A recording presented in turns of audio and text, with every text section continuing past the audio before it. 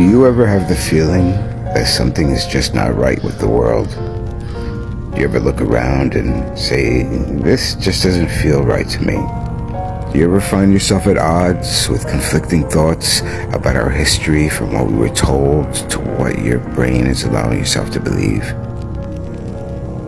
It's really easy for me to understand how difficult it is for people to accept the fact that our history is a lie.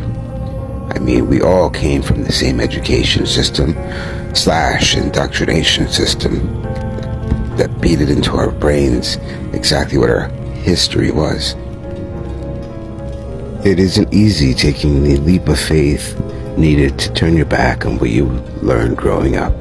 It's not easy to look at this and start asking these type of questions, like, why was this hidden from us? And then to move from asking why was this hidden from us to how was this built? How were these people who were not technologically advanced, didn't have power tools, and were riding around a horse and buggies, how were they able to build these buildings to such a level of intricacy and detail? Then maybe, like me, you'll get to the point of asking questions that the answers just don't cover it. They just don't do enough. The official rhetoric just doesn't explain how these things were really built and who we really were in our distant past. When you get to this point in your own quest for understanding, of asking why and then asking how, then you gotta start asking who. Who was responsible for covering up our true history? Who are they? What is their agenda? Are you not intrigued to find out who are the keepers of this information? What do they hope to gain, or what have they gained already by keeping us in the dark about our true past? We now know that these buildings are more than what they seem. These buildings were able to generate free electricity.